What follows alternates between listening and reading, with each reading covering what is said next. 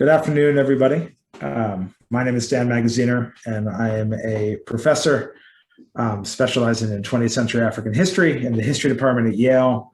And I wanted to thank you for joining us for the last of the online seminar series for the Council of African Studies. Before we get going with this afternoon's lecture, which we're very excited about and grateful that Simukai Chigudu has joined us, I just want to mention a couple of other events that are soon to take place online as part of our virtual activities. The first is organized by our colleague Stephanie Newell, as well as other colleagues from across the African Studies community in this part of the world. The Connect Africa 2021 meeting, which will be taking place on April 30th next, so that's a week from Friday, I believe, which is going to bring together scholars and authors working around issues in African literature in an online forum. And if you can find online from the CAS website or elsewhere, a really remarkable lineup of scholars and writers who will be sharing with us. And that event, again, is on April 30th from 8:50 a.m. until 2:20 p.m.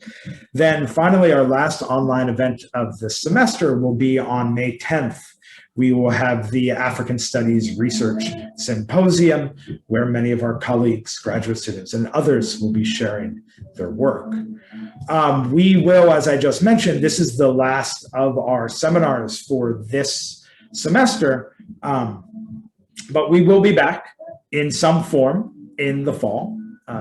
We are not yet sure exactly what that's going to look like, but please be confident that we will return with more events in the following semester. Now, we are delighted that for our final seminar of the semester, that we are able to welcome Professor Simukai Chigudu from Oxford to speak to us. Simukai has had a really interesting professional trajectory over the course of he's still a very young man, his short years out in the world. He began as a medical scientist and took degrees from Newcastle University in those fields, and then moved into studying public health and eventually African studies. He has a master in public health from Imperial College London and a master's of science in African studies from his current employer, Oxford University. He took his PhD in international development from the Department of International Development at Oxford in 2017 for a dissertation on which his book and his talk today is based. Notably, this dissertation was awarded the biennial Audrey Richards Prize from the British African Studies Association for the best PhD dissertation written on Africa during the preceding 2 years, which is a pretty remarkable recognition of his work. He will be speaking to us today on his book, which was published last year in 2020, The Political Life of an Epidemic, Cholera, Crisis, and Citizenship in Zimbabwe, which was published by Cambridge University Press. Simukai is currently an associate professor of African politics in the Oxford Department of International Development and a fellow at St. Anthony's College at the University of Oxford. Before he gets into his talk today, I do also want to note that Simukai has recently intervened in very important ways in the ongoing question of decolonization, both at institutions like Oxford and at Yale, but also internationally. And I draw your attention to, and I think we'll put in the Q&A, his recently published long read in The Guardian, which came out in earlier this year, came out in January 2021, entitled Colonialism Had Never Really Ended, My Life in the Shadow of Cecil Rhodes, as one of the most important things that I've read this year, and I really recommend it to you. Today, though, as I noted, Simukai will be discussing his book, The Political Life of an Epidemic, something I think we all will be eager to learn about. So with that, please join me in welcoming Simukai to African Studies and to Yale. Thank you, Simukai. That's wonderful. Thanks so much, Dan. It really is a pleasure to have the opportunity to speak to the Council of African Studies, and thanks to everyone taking time out of their day to hear me talk about my book. So I'm going to do this talk slightly differently to how I've done it in the past. I want to try to have a slightly more conversational approach, partly because Zoom fatigue is hitting people really hard, and I didn't want to blast you all with a series of dense slides and pictures. But do flag up to my attention that if I should kind of ramble off track into something into the Q&A, to gently ease me back onto the mainstream of thought. So, talking about cholera, I think in the past 200 years, there have been 7 major pandemics of cholera. These began around 1817 and are really well captured and documented in Myron Eschenberg's sweeping book, Africa in the Time of Cholera. Eschenberg's work is interesting because he takes Africa as a vantage point for narrating the global history of cholera and setting it against wider shifts in the interaction of public health, geography, and politics. Now, the first 6 pandemics were truly global events. They began in 1817 and were linked to various forms of increasing globalization through international trade, migration, and war. But then there's a bit of a break. These first 6 pandemics go from about 1817 to about 1947. From 1947, we've witnessed the sort of 7th pandemic, at least in Eschenberg's reckoning. And the 7th pandemic distinguishes itself from the preceding 6 as being a chiefly African phenomenon, which is simply to say that the majority of cholera outbreaks that have taken place in the latter half of the 20th century and to the present have almost overwhelmingly happened on the African continent. Now, part of the reason for this is the appearance of war, conflict, and ecological catastrophe in many different parts of the continent. To make sense of that, we need to know a little bit about what cholera is. So cholera is a simple bacterial infection of the intestine, and it's caused by the pathogen Vibrio cholerae. These pathogens enter the body once ingested through contaminated food or water, and they colonize the intestine. And they exert a specific biochemical effect, which is that toxins released from the bacteria interrupt the colon's ability to absorb water, salts, and electrolytes. The result is an explosive watery diarrhea, which has a very, very distinct appearance. It's called rice water stool. So, if you can imagine washing out and washing out and washing out rice, the kind of whitish, murky water that appears in that is exactly what cholera looks like. And it's the only form of diarrheal disease that looks that way. Now, in the worst case scenario, in a single day, an individual who's been badly affected of cholera can lose up to 20 liters of stool. That's about 8% of body weight in a day. As a result, through this, explosion of diarrhea, but also, vomiting, individuals afflicted by cholera eventually go into or exhibit the signs of extreme dehydration. These include a very ashen appearance, sunken eyes, and hollowed out cheeks. If you try to take blood from a patient going through the throes of cholera, the blood coming from the veins will run thickly as tar and is very difficult to extract. And then internally, there is a decreased perfusion of all of the essential organs. So patients will gradually slip into what doctors refer to as hypovolemic shock. This is a form of, a decreased circulating volume, which leads to eventually multi-organ failure, typically beginning with the kidneys and then spreading to other organs. Now, untreated, mortality from cholera can be as bad as 50%. And yet, I think one of the kind of miracles in the annals of modern medicine is a simple, fast, cheap, and effective treatment to stop cholera in the form of oral rehydration therapy. This is a simple concoction of sugar, salts, and water. And if given expediently, when an individual is infected with cholera, mortality can be reduced from about 50% to 1%. And given how simple oral rehydration therapy is and how cheaply and readily available it is around the world, no one should die of cholera today. In this sense, the appearance of a cholera outbreak is a warning sign. It tells us that something has gone profoundly wrong within our social structures. It means that people are being forced or compelled to consume infected, dirty water, that they don't have access to this simple treatment. But there's another subtlety here, which is to say that the majority of individuals are actually not that vulnerable to cholera infection. It typically tends to occur in individuals who, in one way or another, are immunocompromised. Most commonly, people who are grossly malnourished due to wider or prevailing food insecurity. And so what we have really is a combination of social factors placing people in extremis. Acute food insecurity leading to malnutrition, combined with being compelled to consume dirty or contaminated water, and then an inability to access a simple treatment. And this is what leads to cholera mortality. Now, in the 7th pandemic that Eschenberg talks about, the worst cholera outbreak prior to the one I'm going to discuss in Zimbabwe occurred in 1994 in Goma in eastern DRC following the Rwandan genocide. And it occurred in the refugee camps that were sheltering vast numbers of people who had fled Rwanda. And in those circumstances were, again, widespread food insecurity, malnutrition, very poor sanitation and sheltering facilities. And that resulted in about 77,000 cases of cholera, nearly 12,000 deaths.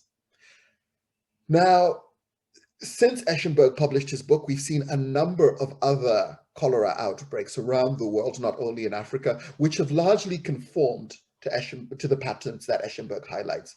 So terrible cholera outbreaks in conflict-affected parts of South Sudan, then of course in Yemen, cholera outbreaks following massive earthquakes in Haiti in 2010, and in the same year following massive flooding in Pakistan. Where Zimbabwe's cholera outbreak is unusual is that the outbreak that began in 2008 is associated with neither open conflict nor ecological catastrophe. But this seemingly kind of exceptional feature of the Zimbabwe outbreak, for me, underscores something different. It shows what is otherwise implicit in all other cholera outbreaks, which is to say that cholera is, to a greater or lesser extent, always a social and political calculus. The Zimbabwe outbreak is exemplary of these dynamics and not exceptional. It just gives us the clarifying experience of having neither war nor environmental catastrophe to blind us to the really important role that politics plays in the spread of cholera. Okay. Now, I first came across the cholera outbreak when I was at medical school in Newcastle in 2008. I was reading an article that had been published in the New York Times called "Cholera Epidemic Sweeping Across a Crumbling Zimbabwe." The article began by describing how the 5 youngest members of the Chigudu family, so the names will caught my attention, although it turns out they're unrelated to me. These kids had been playing in the sewage-flooded streets of a township on the outskirts of Harare. Within less than 24 hours, all 5 children began purging and vomiting, and life slowly seeped out of their desiccated bodies. And within 48 hours, all 5 children had perished.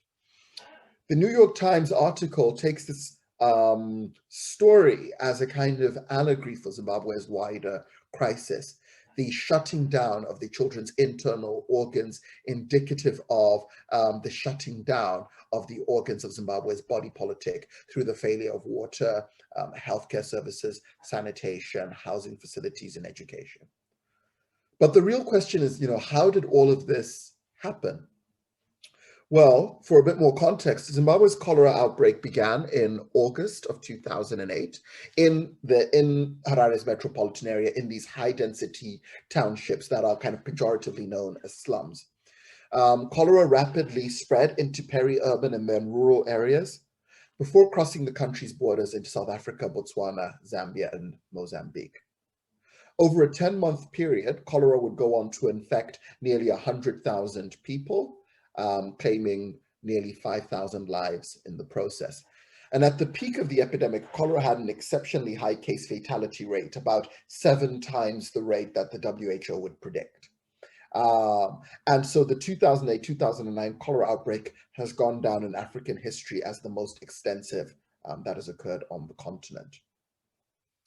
Now, at the time that the outbreak was occurring, the most common and widespread explanation, at least in epidemiological circles, for why this had happened was that cholera was attributed to the kind of cross-contamination of Harare's sewage system and its water delivery system. But such a reading, as I argue in the book, belies a deeper set of questions. Why did the water systems fail in the first place? And what accounts for the specific social and spatial pattern within which cholera spread? So amongst those 100,000 people who were infected, they were concentrated in particular classes, social classes of people. And finally, how do we explain the weak and fragmented national response to the outbreak? All of these questions show cholera to be not only a test of Zimbabwe's medical system, but its social and political systems. And so my book kind of maintains or honors a long tradition in the non-medical literature on epidemics, which is to say, what are the different ways in which epidemics are both politically produced and politically responded to. So my book really takes 3 key questions as guiding threads. The first question I ask is, how did a simple bacterial infection, recall that cholera is difficult to contract, difficult to spread, and easily treated, so how did this become a national disaster? The second question I ask is, how did various kinds of institutions, individuals, and communities respond to the outbreak? And the third question is, what's been the aftermath in both civic institutions and public life of the cholera outbreak? And so essentially, the book is about trying to understand the political life of the outbreak from the circumstances of its origins, the patterns of its unfolding, the modes of social and political response to it, and its aftermath. So to do this, we have to reach quite far back into time to make sense of the context that led to the cholera crisis. So I'm going to begin somewhat stylistically with Zimbabwe's transition to independence in 1980. The new ruling party, ZANU-PF, at that time inherited a powerful and bureaucratic state apparatus from its Rhodesian predecessor that had governed the country for the 90 years prior. The new Zimbabwean government was quick to put the apparatuses of the state to effective use in pursuit of a project of modernizing development.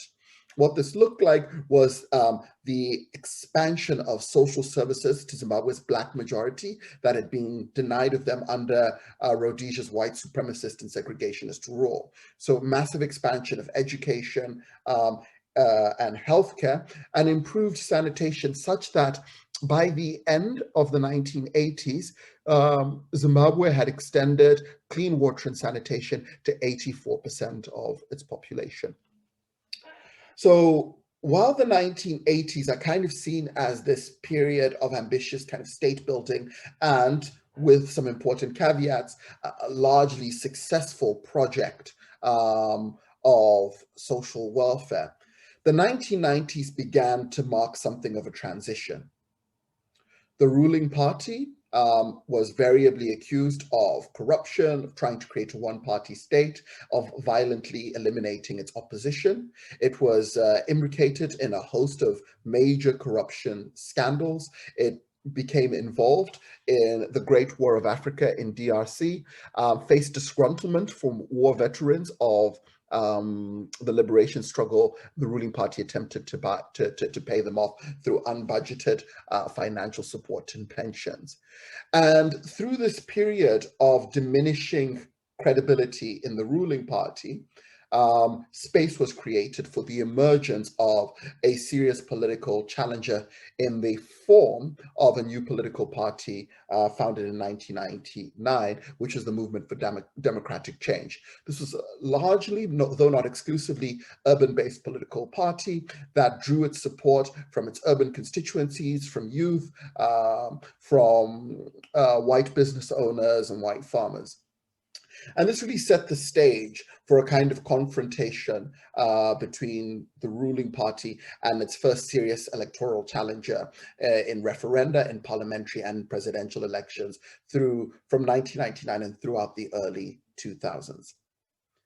Now, part of how the ruling party responded to this threat was, in fact, to launch an assault on its own bureaucracies and against the very thing that had made it credible as a deliverer of development, which is to say its expert and rule-bound character. And so we see this manifesting in a number of different ways. So most famously, from about the year 2000, the ruling party supported war veterans occupying white-owned commercial land and reframing that as a kind of fast-track land reform for the land alienation and dispossession that had happened under colonial rule. Now, this was not entirely straightforward because on the one hand, there were, of course, very legitimate arguments to be made about the ownership of land, and yet the timing of the government's support for this program is inseparable from its attempt to shore up its support in rural areas in Zimbabwe. The result was that in a 5-year period, about 500,000 farm workers, mostly Black, lost their lives, and the commercial agricultural sector was largely destroyed. This led to a catastrophe for the Zimbabwean economy, but also made Zimbabwe a pariah in international politics, leading to the application of sanctions against the ruling party, which they would go on to claim was a big driver in Zimbabwe's economic crisis. In day-to-day life, what the crisis looked like was extraordinary rates of hyperinflation. These reached their most extreme levels by around 2008, with estimates of hyperinflation in the region of 6 trillions of percent. So, for example, if you were to buy an egg in about August 2008, it would have cost you about 2 Zimbabwe dollars. But if you were to buy the same egg 6 months later, it would have cost about 3 trillion Zimbabwe dollars. This also led to other effects: widespread shortages of essential commodities such as food, fuel, cooking oil, and bread. Very long queues of cars and of people became a feature of life throughout the country. Elections became more heated and often resulted in violent suppression or repression of the opposition party. So these are some of the kind of key ingredients of the crisis. And of course, it had pretty devastating effects in the health sector, which I'll come to in a moment. Now, amongst scholars, debates rage about how we make sense of the making of the Zimbabwe crisis. And there are a number of different camps that have been kind of debating this issue for 2 decades now. For a time, there were a group of scholars who saw Zimbabwe's land reform program through the prism of a kind of Marxist agrarian revolution. So I'm thinking in particular of the likes of Sam Moyo and Paris Yaros, who argued that not only was land reform necessary, but this revolutionary moment had initially been supported by the ruling party that was rebelling against global neoliberalism, but that ultimately betrayed the revolution in pursuit of its own kind of self-interest. And that was kind of their diagnosis of what had gone on in Zimbabwe. There were, of course, a different school of writers also working within a kind of leftist tradition, but paying less attention perhaps to a kind of Marxian interpretation of the Zimbabwe crisis, and instead locating the crisis within the kind of venality, lawlessness, and violence of the ruling party, its attempts to retain power almost at all cost, and its use of the instruments of state, either through patronage or to support its own kind of electoral and political machinations.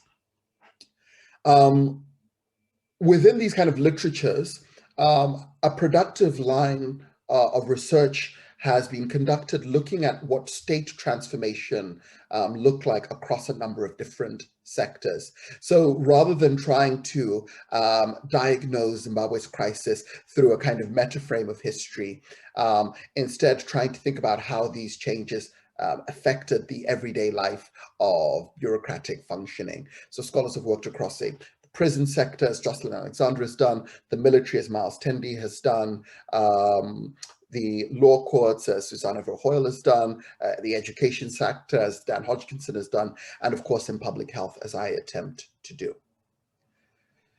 And so within the health sector, particularly, by the time we got to 2008, there had been a healthcare crisis of incredible proportion. This was set against, two intensely contested elections that had happened in the early part of 2000 year, an initial harmonized presidential and parliamentary election, which saw Robert Mugabe win, but not by an absolute majority. Then a runoff election in which the opposition supporters were so heavily persecuted by the security apparatus of the state that the leader of the opposition, Morgan Tsvangirai, pulled out of the runoff election, leaving Mugabe to declare himself illegitimately as president of the country. What followed then was a period of protracted negotiation over creating a government of national unity via a political settlement.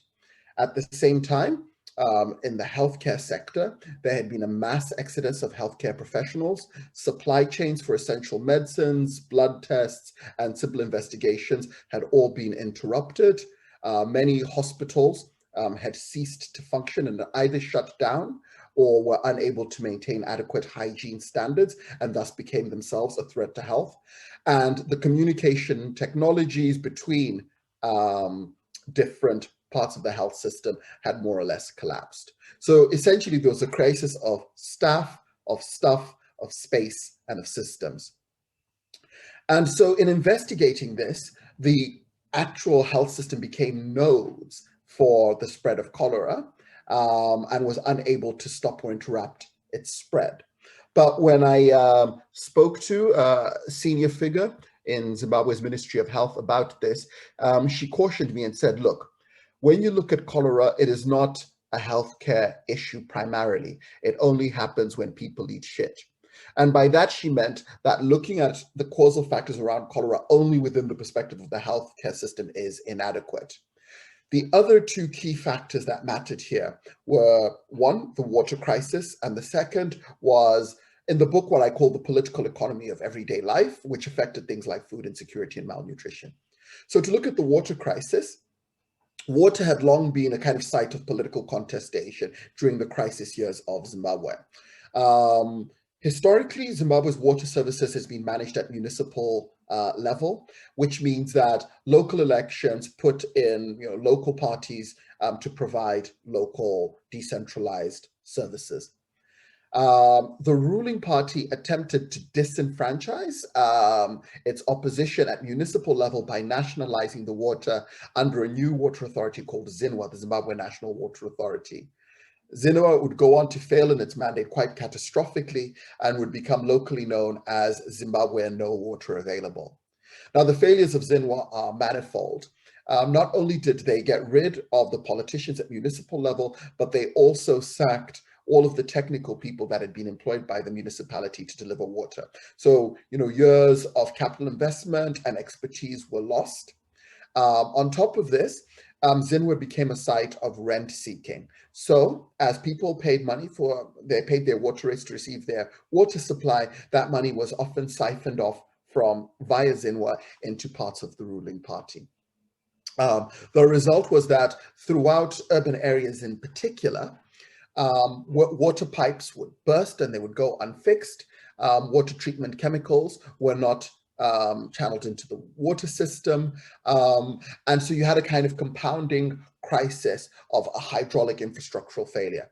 Now, in the book, I kind of take this engineering failure in quite a lot of detail, and I go deeper into how the hydraulic infrastructure was initially laid down when Zimbabwe was still a colony, and kind of has a built-in structural inequality that maps onto the geography of the city in various ways, and according to the previous logics of racial segregation, which have persisted in the post-colonial period, but more through a socioeconomic rather than purely racial lens. So essentially, we have these kind of long-term structural inequalities built into the water system, and then a shorter-term political crisis mediated and facilitated by Zenwa, which meant that once cholera entered the water system, it was extremely difficult to remove.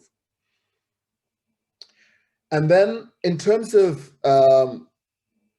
everyday life and food insecurity and so on, I think just given the extent of the hyperinflation, the economic crisis, unemployment, and so on, a lot of people offered me in my fieldwork quite harrowing testimonies about the levels of hunger that they were subjected to, the inability to get access to food aid, which was often politicized, and the need to engage economically through the informal sector, which saw a lot of people essentially entering a kind of barter economy, border hopping into neighboring countries to try to buy basic goods and then bringing them back to sell in Zimbabwe.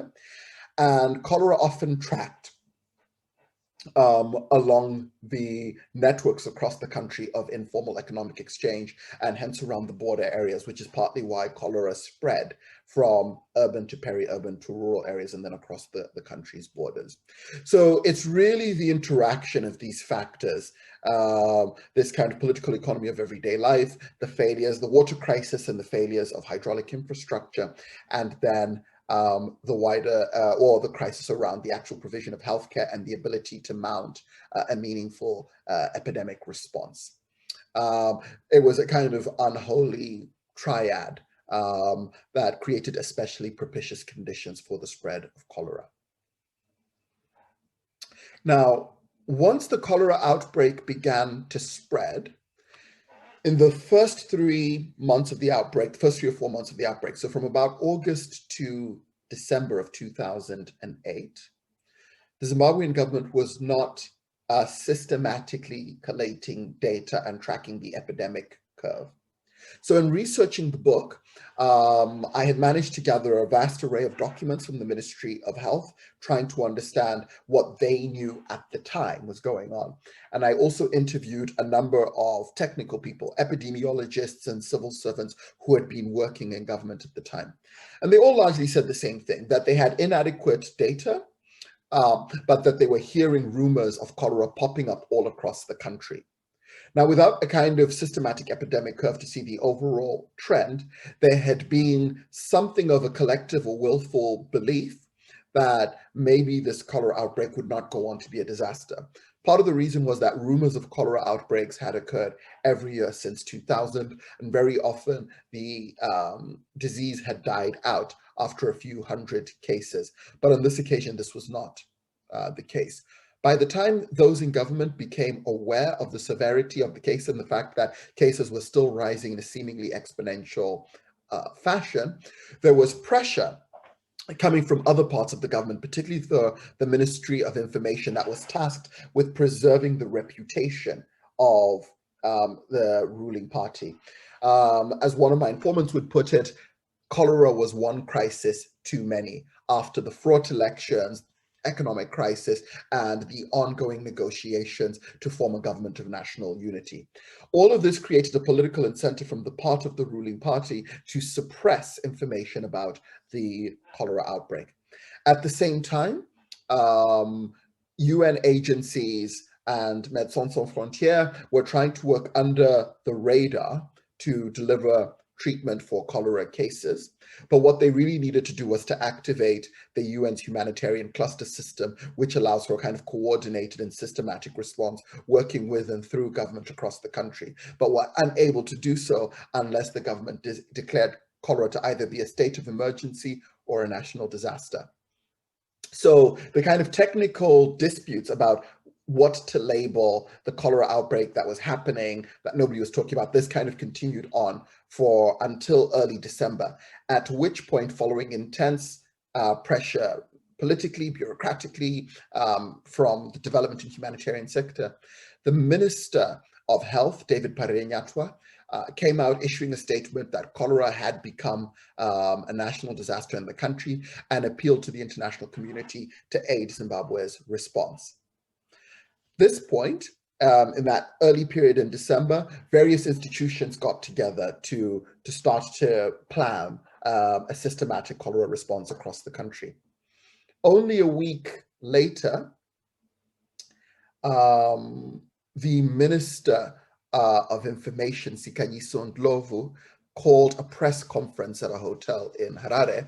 And to the surprise and consternation of everyone present, he said the cholera outbreak was a racist, terrorist, genocidal biological attack from the former colonizer Britain in conjunction with Western allies, the United States, to support their stooge, the ruling party, to undermine the sovereignty and self-determination of the Zimbabwean people. And so cholera very quickly went from being the result, the production of a kind of structural systematic failing and this interaction of the kind of economy, infrastructure, and healthcare, to becoming a kind of political signifier on the performance of the ruling party and its various claims to legitimacy and credibility during the Zimbabwe crisis. At the same time, of course, various human rights organizations had been infiltrating the country. Many of them had been banned, but they were trying to infiltrate the country, so to speak, so that they could collect data and bear and create testimonies about what was happening in Zimbabwe to indict the ruling party in the international community.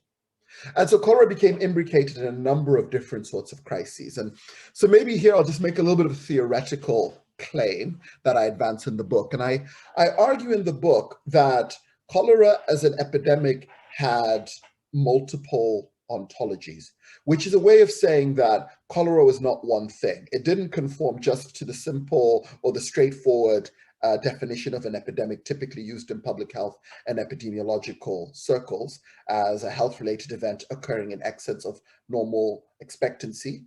It had an important social dimension in that it disproportionately affected people who are vulnerable owing to social factors.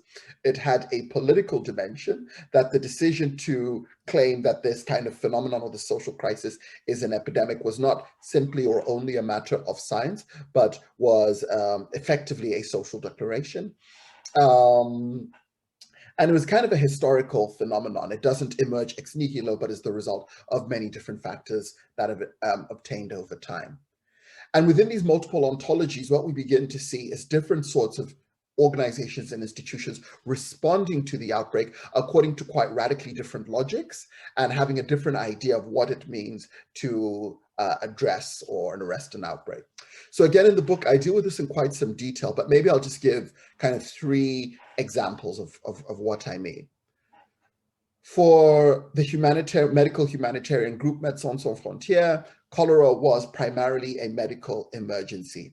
And for MSF to act on the outbreak meant to mount an acute, exclusively or primarily medical mode of intervention, and that the crisis would be over once the epidemic curve began to decline.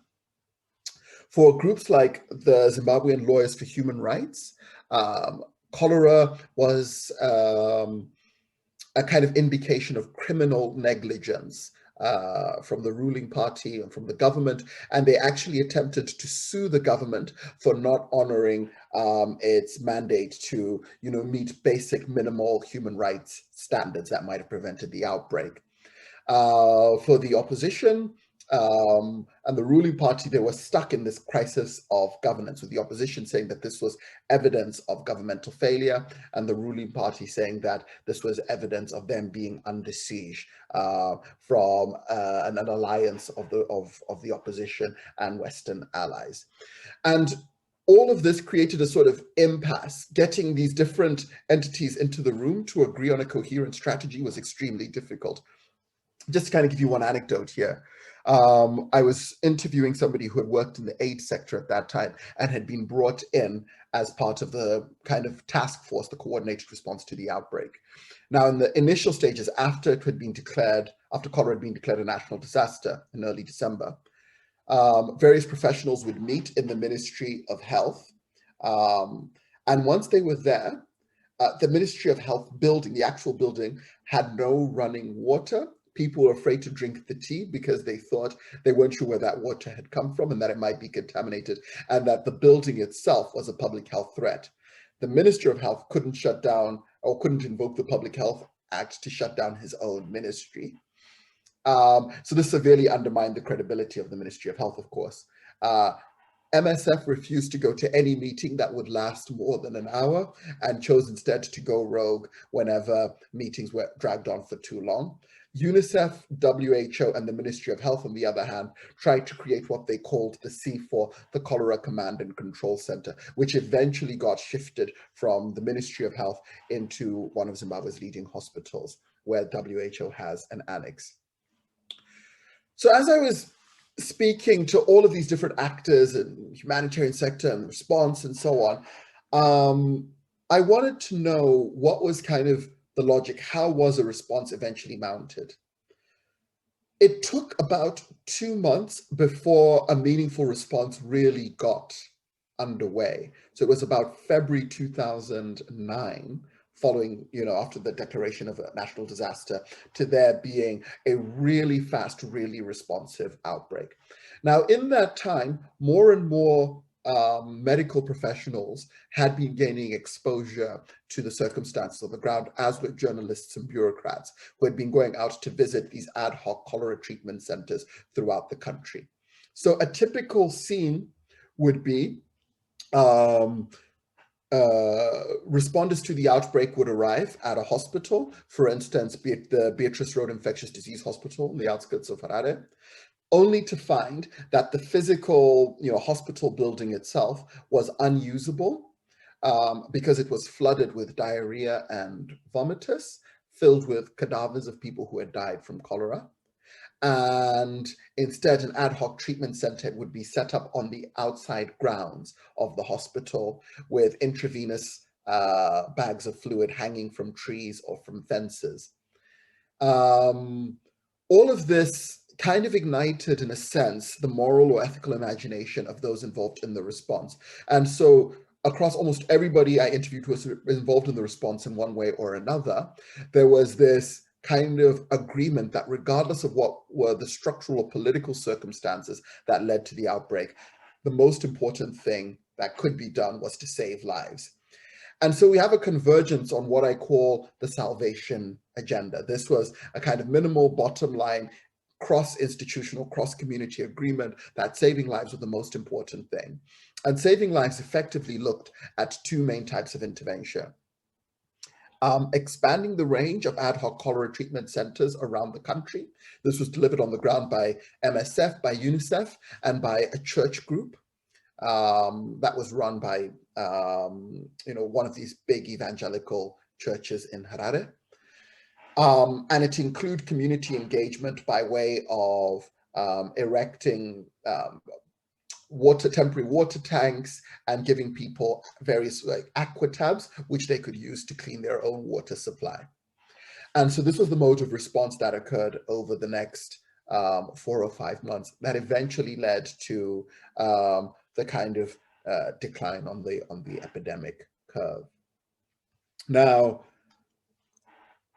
for many young Zimbabweans who were involved in the cholera response, particularly medical students whose studies had been interrupted during the outbreak and were recruited into the response largely through the church, this was a period of a kind of coming of age, but also a rewriting of Zimbabwe's national mythos. So one of my informants who I spoke to for a long time about this said that, for as long as he could remember, he had grown up supporting ZANU-PF because this was the kind of family tradition he had been born into. And yet, being involved in the cholera response, seeing the scale of death, disease, and suffering, and the kind of ugly, hideous aspects of dying from diarrhea, shifted his conception about what the country was. And this was a theme that then began to echo in many different parts of the country, a kind of rethinking, a reworking of people's, I guess, social or political subjectivities, how this period of social suffering began to mark a different way of thinking about Zimbabwean history. So following interviews with people involved in the response to the outbreak, I went and spent a lot of time in the high density townships that had been epicenters of the disease, when it first began in Harare. I was conducting this work in 2015, trying to understand whether people still talked about the cholera outbreak and how they'd committed it to historical memory. And here I found a number of recurrent themes. One was people would frequently say, when I asked them why the cholera outbreak had happened, it was the government who caused cholera. And in this formulation, my informants would tell me that they felt that the government knew and could have prevented the cholera outbreak, but they allowed it to occur to punish Zimbabwe's urban residents for supporting the opposition. Some believed that cholera had been unleashed to depopulate the country and ease pressure on the economy. Others argued that the Zimbabwean government, having turned its back on the West, was colluding with the Chinese, but in so doing, they had been duped into buying fake water treatment chemicals. And it was because of this that cholera is able to spread through the water supply. And again, embedded within these narratives was another more subtle and more difficult form of narration, in which people would tell me that they felt that not only were their loved ones, their friends, relatives, neighbors, and so on, dying from human waste, but that they as entire communities had become waste, superfluous to, unwanted by, and disposable from Zimbabwe's body politic.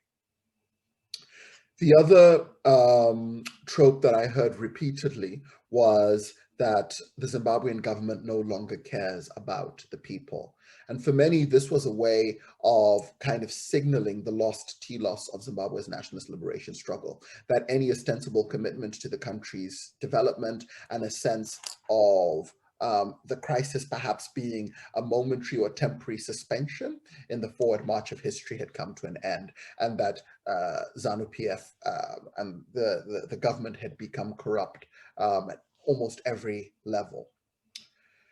And so cholera is kind of was read through my informants not as not simply as a diarrheal disease outbreak or a biological event, but a social and historical event that marked something profound about a change in the national story. When I spoke to one resident of a Harare township about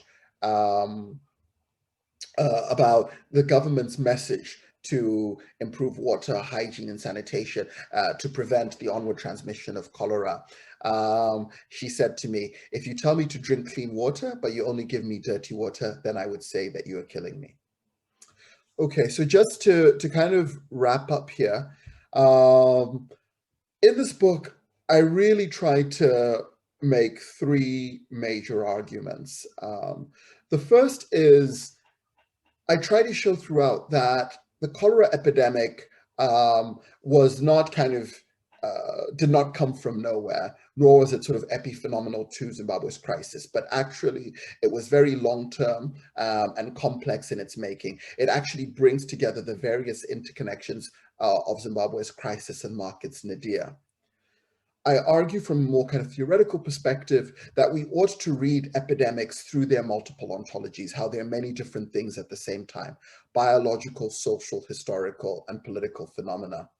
And I tried to show that social suffering of this kind remakes relationships between states and citizens as it rewrites people's kind of political subjectivities, how they understand and interpret their place in history. And I just want to read now from the very last paragraph of the book. As a final thought, this book has been about suffering and about political failures, but it has also been about hope. When disaster occurs, when political life appears bleak, when deadly illnesses strike with callous disregard, there is always hope to be found in the qualities of compassion, care, and creativity shown by people who, far too often are the unsung heroes of history and in whom the possibility of a more equitable future resides. This was certainly true of many of the young people I saw responding to the cholera outbreak. And so for these reasons, and to paraphrase Albert Camus, what we learn in a time of pestilence is that there is more to admire in humanity than to despise. Okay, I'll leave it there. Thank you, Simukai. It's a powerful story, some very harrowing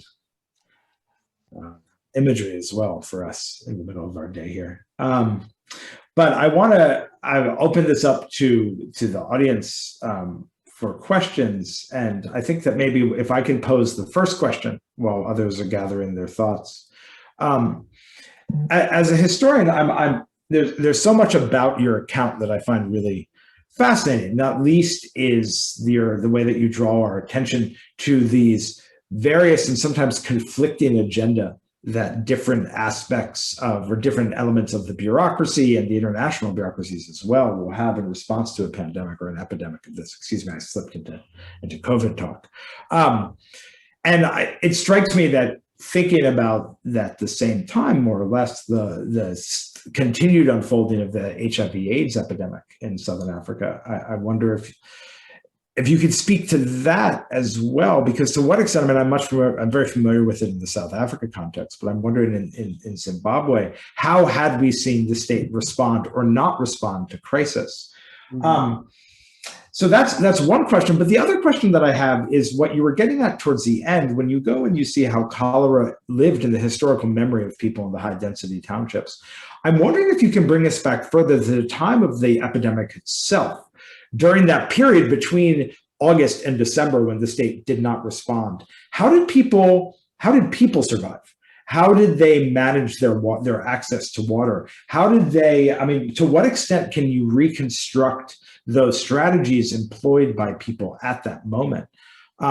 Because it strikes me that as we are now currently situated within, epidemic and pandemic response, how people manage the sort of moral economy of survival in a moment of acute danger is something that I think we could all learn from. So I'm wondering if you could maybe, as others are gathering their thoughts, reflect on either of those questions or both, sort of the coeval aspect of the HIV/AIDS crisis and state response, and then also that intimate experience of people's response as efforts to survive cholera.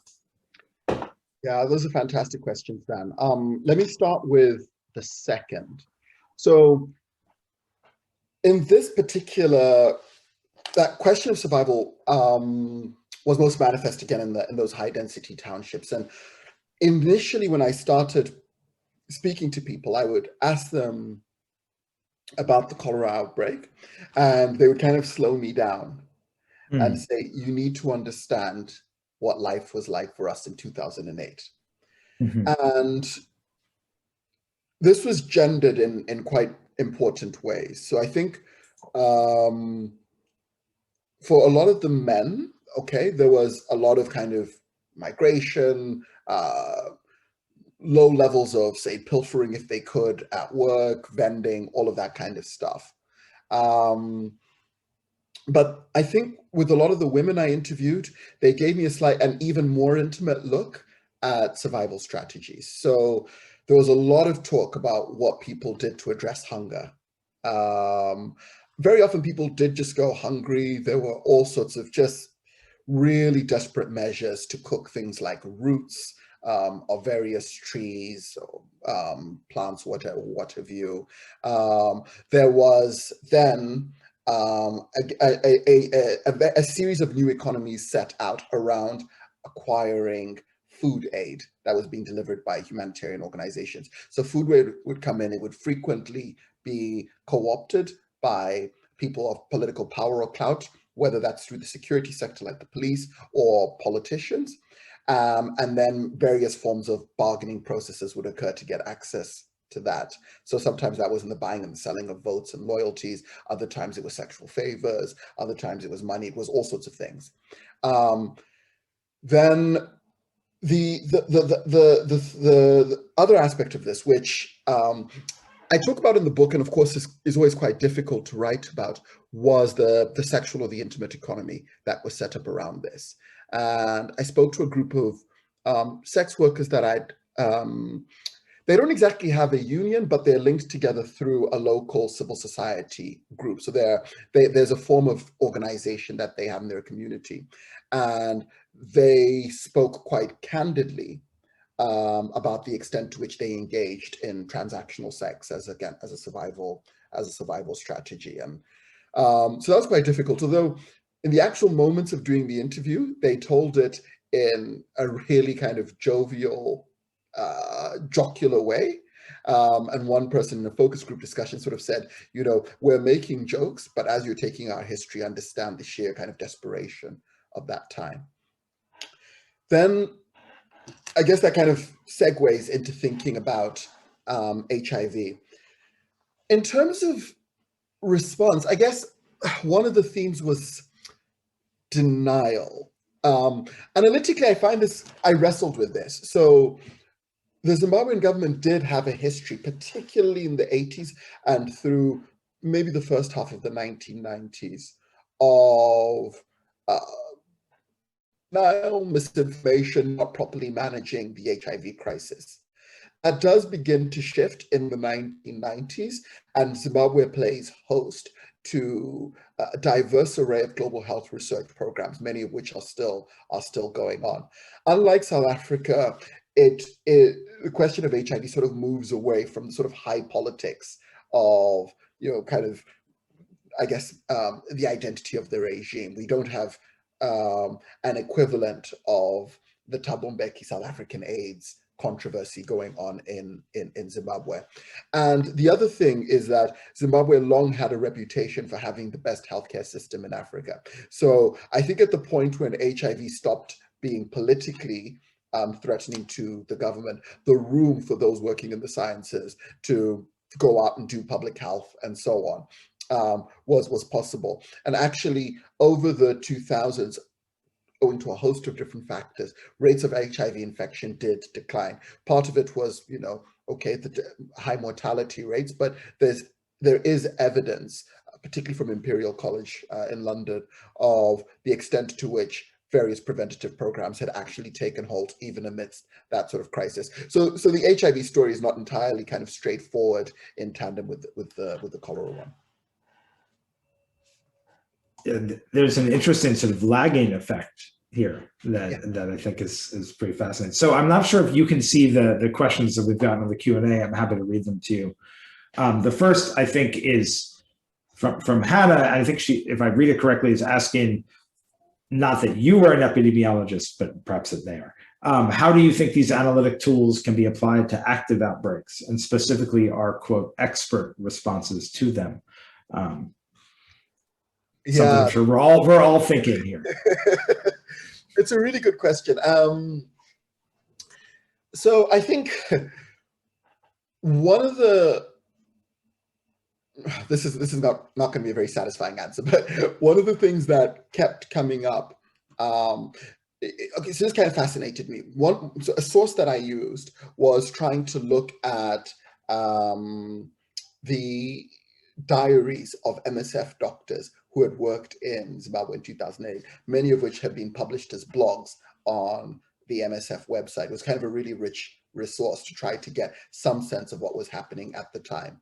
And in kind of distinct MSF fashion, there's the formal advocacy pieces talk about the politics, but for a lot of the people on the ground, they're just thinking about it in terms of public health and epidemiological measures. And a recurring theme there was the kind of resistance that people had to, or not everyone, but a lot of people had to healthcare being delivered by outsiders on the grounds that you save me today, who saves me tomorrow kind of argument.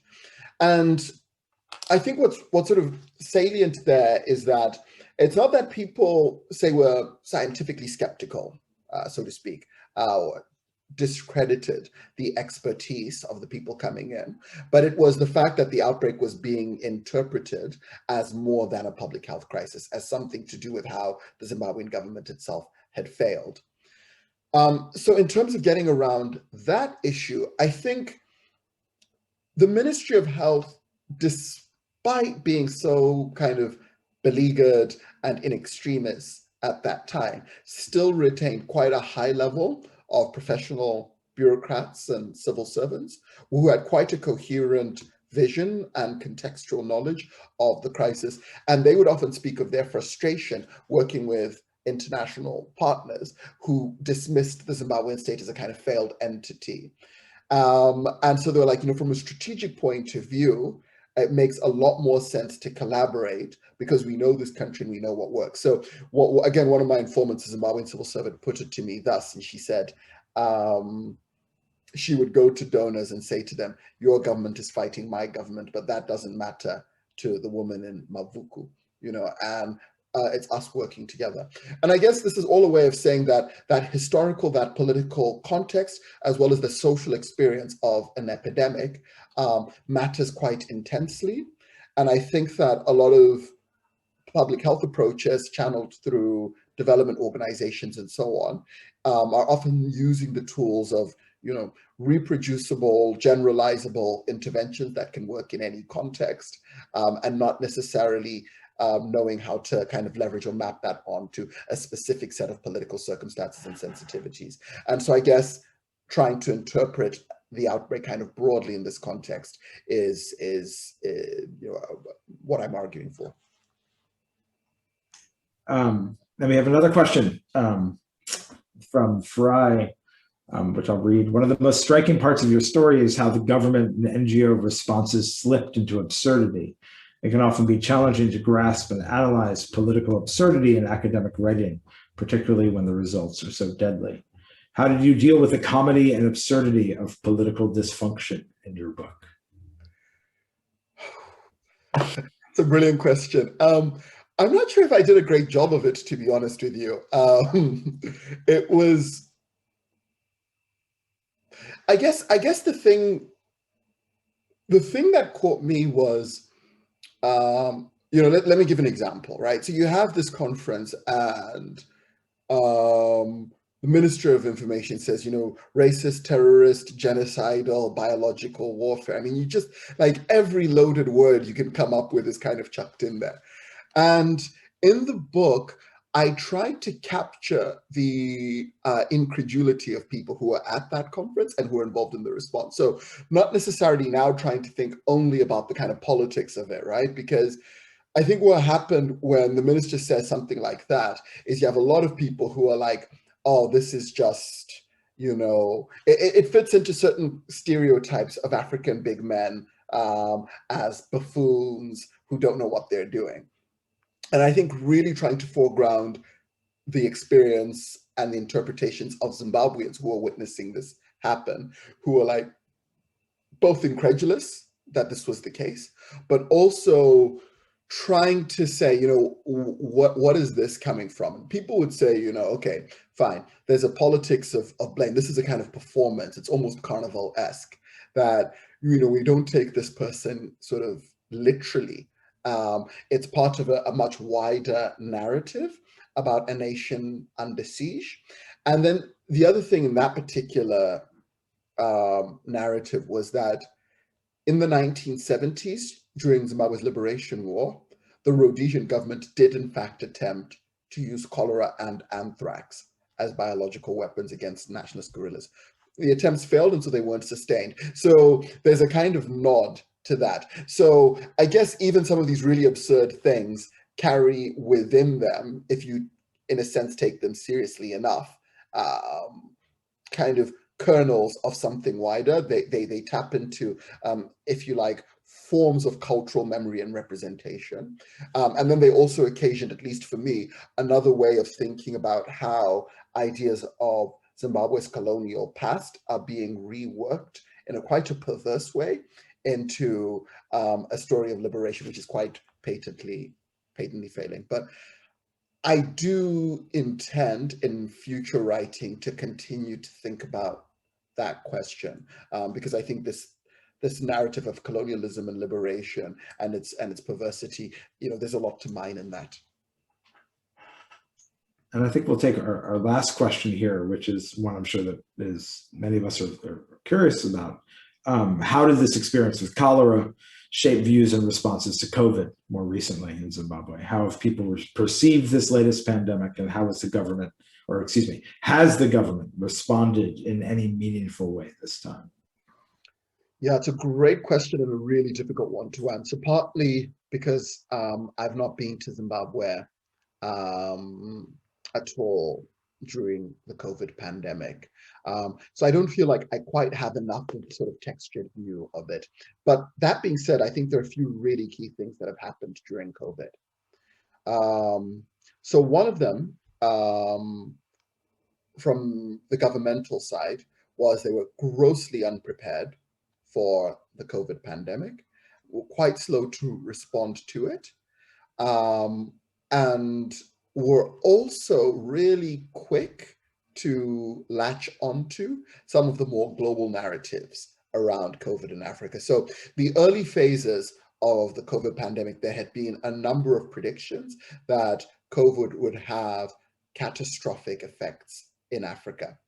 That African health systems were kind of teetering on the brink of disaster, and that COVID was going to tear through African populations in a manner and in a fashion far more devastating than at the time was happening, say, in northern Italy or in New York.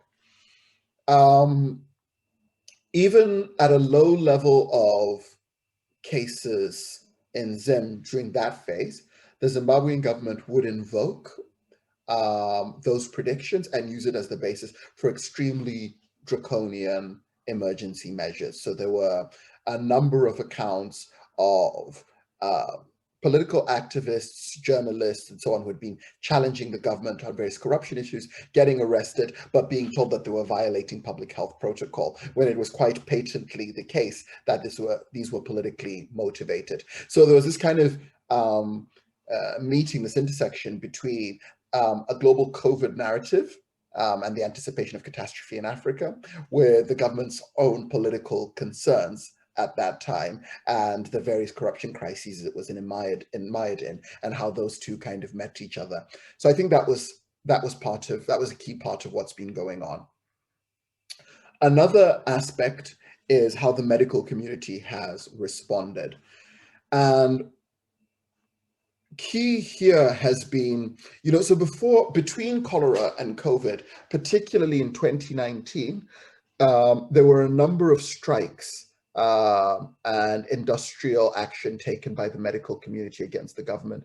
And medical doctors had been accusing the Zimbabwean government of mismanaging the healthcare sector to such an extent that it was tantamount to a form of silent genocide. That was the term they used, silent genocide against the Zimbabwe population, because the mortality rates from basic preventable illnesses were utterly egregious. So far as I've seen, when COVID started happening, there was sheer panic that the health sector was not going to be prepared and that they didn't want to repeat of what had happened during cholera.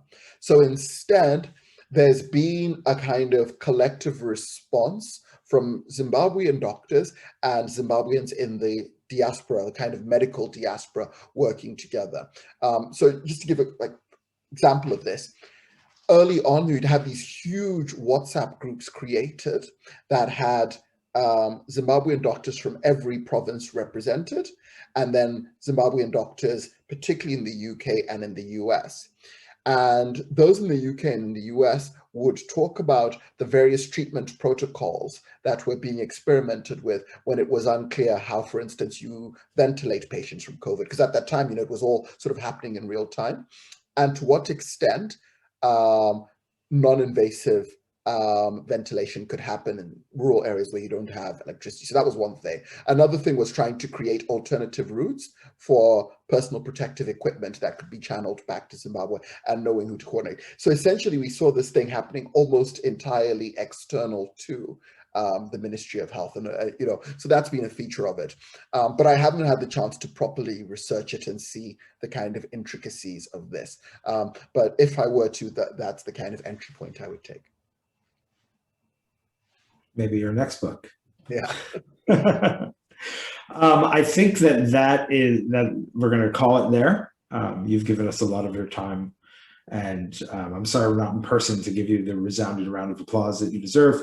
But thank you again for joining us, and thanks to our audience for their attention. And we look forward to seeing you all, including you, Simukai, at another Yale CS event sometime soon. Thank you very much, Dan. It's been an absolute pleasure. Thanks.